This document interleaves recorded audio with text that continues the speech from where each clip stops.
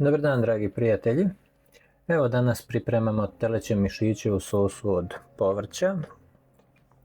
Jelo koje se zaista veoma lako može pripremiti. Od povrća koristimo porluk, crveni luk, celer, mrkvu, bijeli luk, peršun.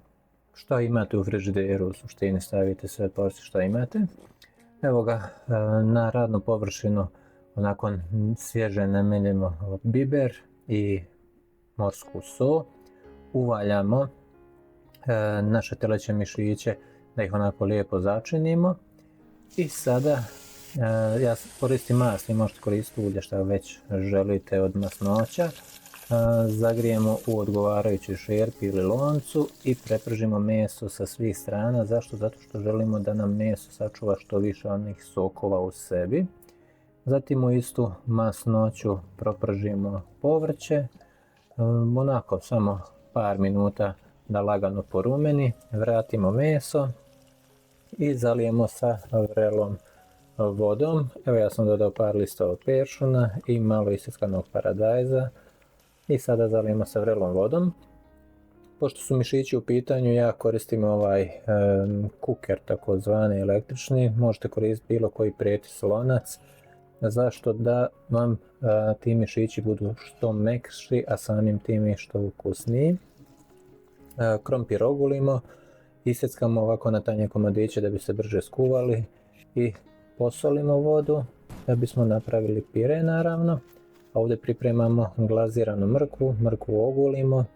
Evo pripremamo ovdje kartuš, imate posebno video zašto služi kartuš i kako se priprema. Mrkvu začinimo sa malo soli, malo šećera i malo maslaca.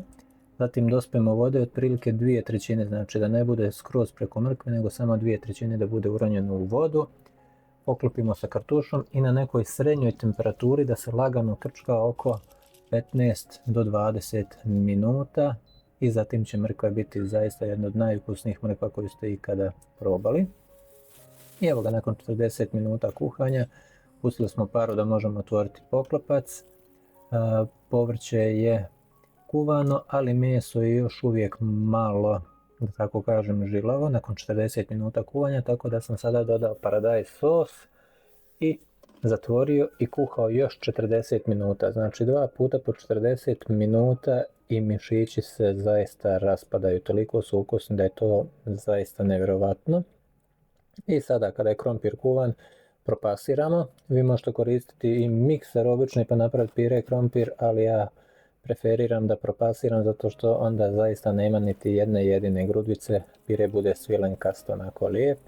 Dodamo malo vode u kojoj se kuvao krompir, malo mlijeka i malo maslaca. Potrebi još začinimo i pogledajte kako je svilenkast.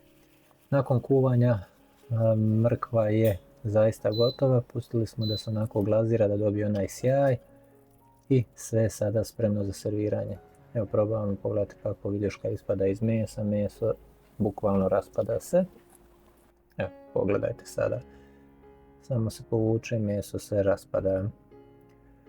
Od ove tečnosti, to je fonda i povrća, sve to procijedimo, povrće propasiramo da bismo dobili ovaj zaista vrhunski sos.